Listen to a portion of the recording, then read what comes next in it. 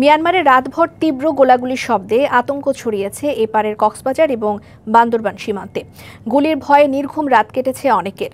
তবে নিরাপত্তা বাহিনী বলছে সীমান্ত সুরক্ষিত আছে। মিয়ানমারের অভ্যন্তরে সংঘাতের কারণে আতঙ্কিত হওয়ার কারণ নেই। আবার তীব্র হচ্ছে মিয়ানমারের অভ্যন্তরীণ সংঘাত। বৃহস্পতিবার মধ্যরাত থেকে প্রায় 1 ঘন্টা ধরে চলে গোলাগুলি। নাইখংছড়ির ঘুমধুম ও থাইংখালী, ধামনখালী, রহমতের বিল 0 পয়েন্ট সহ টেকনাফের হোয়াইকং সীমান্ত এলাকার বাসিন্দারা গোলাগুলির শব্দ শুনতে পান। ভয়ে নির্ঘুম রাত কাটান অনেকে। অনেক বেশি গোলাগুলি চলে এখানে।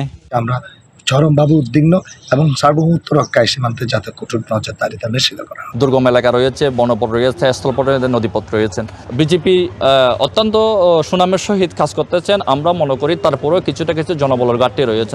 রাখাইন রাজ্যের আরাকান আর্মি ও আরসা সহ বিভিন্ন গোষ্ঠীর সংঘর্ষ নিয়ে আতঙ্কে থাকেন সীমান্তের এপারের মানুষ। আরাকান আর্মি, আরসা এবং মিয়ানমার জান্তা বাহিনীর মধ্যে চতুর্মুখী একটা সংঘর্ষ থাকে। ওইদিকে গোলাগুলি চললেই কিন্তু এদিকে আইসে পড়ে।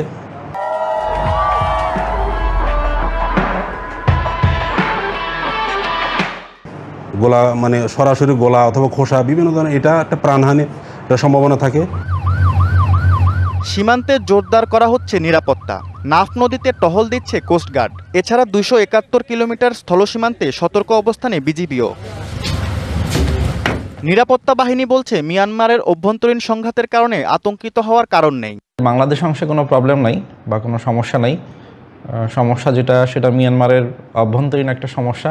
সীমান্তবর্তী যে সমস্ত জনগণ যারা আছেন তাদেরকে আমরা সতর্ক করছি যেন সীমান্ত এলাকায় সতর্কতার সাথে চলাচল বা তাদের দৈনন্দিন কার্যক্রম পরিচালনা করে। সীমান্তে জিরো লাইনে কোনো ধরনের অবৈধ অনুপ্রবেশ না হয়, অবৈধ কার্যকলাপ না হয়, তার জন্য সম্পূর্ণরূপে আমরা সচেষ্ট রয়েছি এবং বাংলাদেশ কোস্টগার্ড যে কোনো পরিস্থিতি মোকাবেলার জন্য সর্বদা প্রস্তুত রয়েছে। আরাকান আর্মির দখলে থাকা রাখাইন ও মংডু রাজ্যসহ বিভিন্ন এলাকার নিয়ন্ত্রণ পুনরুদ্ধারে সম্প্রতি নতুন করে অভিযান শুরু করেছে মিয়ানমারের জান্তা বাহিনী।